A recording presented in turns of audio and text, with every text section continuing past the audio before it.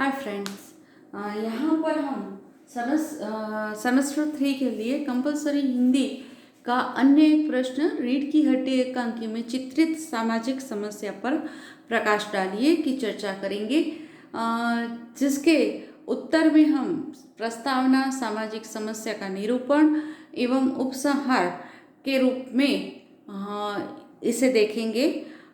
तो चलिए अब शुरुआत करते हैं। जगदीश चंद्र माथुर ने भारतीय हिंदू समाज के मध्य वर्ग में प्रचलित कुरिवाज, मान्यताएं तथा कुप्रथाओं को करीब से देखा है।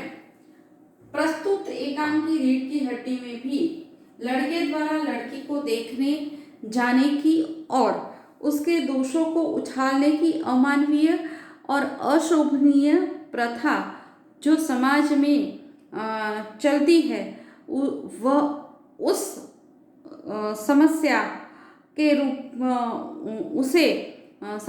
रूप में प्रस्तुत किया गया है। अब हम देखेंगे कि सामाजिक समस्या का निरूपण।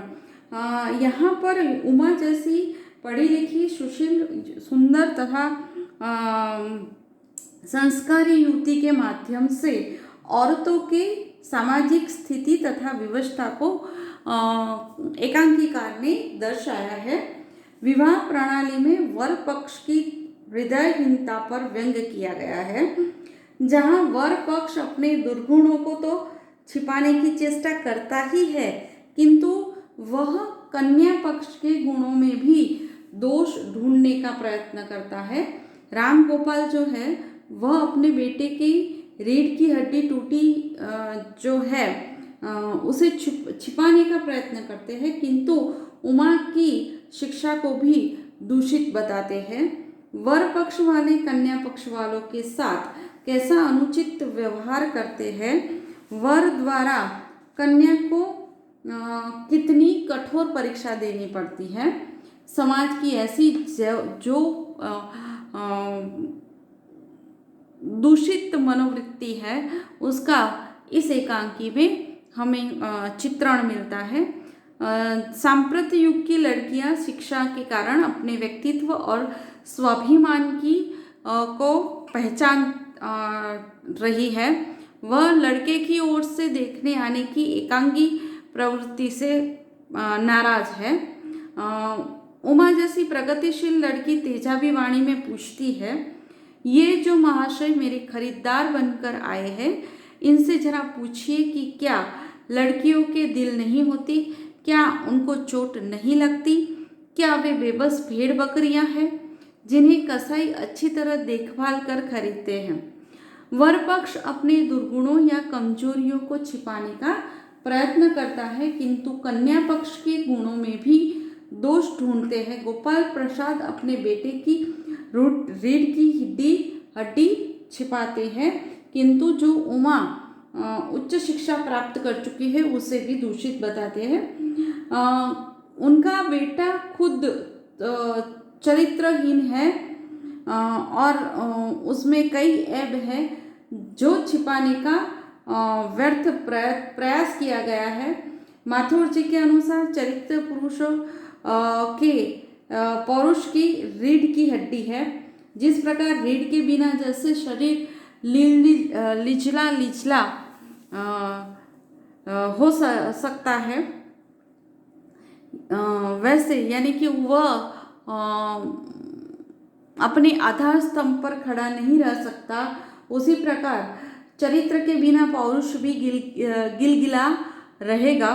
लड़के शंकर की हरकतों का भंडाफोड़ करती हुई उमा कहती है, जरा अपने साहबजादे से पूछिए कि अभी पिछली फरवरी में ये लड़कियों की हॉस्टल में के इर्द गिर्द घूम रहे थे और वहाँ से कैसे भाग गए थे। दोनों बाप बेटे सच्चाई का सामना नहीं कर पाते। उसे लगा कि उनका अपमान कर रही है। वह दोनों उठ खड़े होते हैं। आज भी समाज में ज़्यादा पढ़ी लिखी विचारशील लड़की को पसंद नहीं किया जाता। लड़के वालों की मान्यता है कि अधिक पढ़ी लिखी लड़कियां गृहस्थी नहीं संभाल सकती, बुजुर्गों का मान सम्मान नहीं कर सकती और वह सबको गुलाम बनाकर रखती है। उनके मुताबिक कुछ काम मात्र मर्दों के लिए छोड़ देने चाहिए। तो सांप्रत समय में जहाँ देश के साथ हर नारी तरक्की के रास्ते चल पड़ी है, वहाँ समाज की ऐसी कुप्रथाएं, स्त्री पुरुष में भेदभाव, गलत पुरानी मान्यताएं आदि के कारण स्वस्थ एवं संतुलित समाज निर्माण की प्रक्रिया में अवरोध आ रहा है, जिसे प्रस्तुत एकांकी में यहाँ समस्या के तौर पर प्रस्तुत किया गया है। एकांकी में लड़की दिखाई जाने की अपमानजनक प्रथा पर चोट की गई है। वहीं स्त्रियों के मानवाधिकार की वकालत भी की गई है।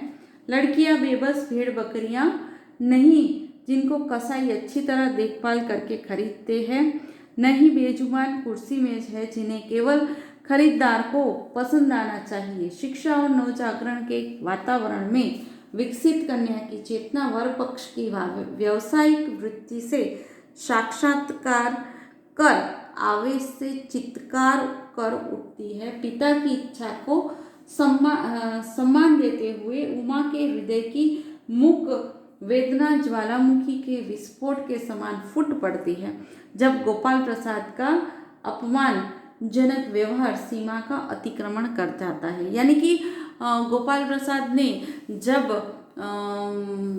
उमा और उसके पिता राम प्रसाद राम स्वरूप का हद से ज़्यादा अपमान किया, तब वह जो यह सोच रही थी कि पिता जी के इज्जत के कारण कुछ नहीं कहना चाहिए, सब कुछ सहना चाहिए, वह अब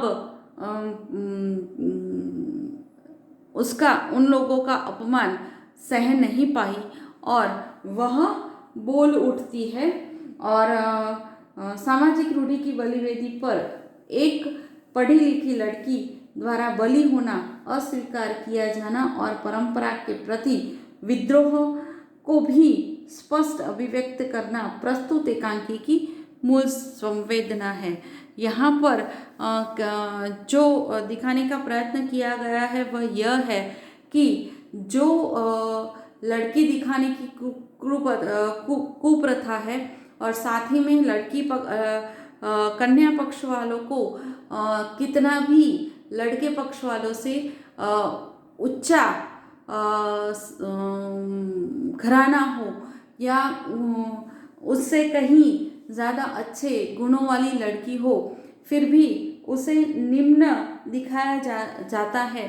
उस जो वह हमारी एक प्रथा रही है या एक विचार रहे हैं, उसे बदलने के लिए यहाँ प्रयत्न किया गया है और इस समस्या को यहाँ प्रस्तुत किया गया है। उपसंहार के रूप में हम यह कह सकते हैं कि इस एकांकी में जहाँ लड़की दिखाने की अपमानजनक कुप्रथा को गंभीर समस्या के रूप में चित्रित किया गया है, वहीं दूसरी ओर स्त्रियों के मानवाधिकार की वकालत भी की गई है।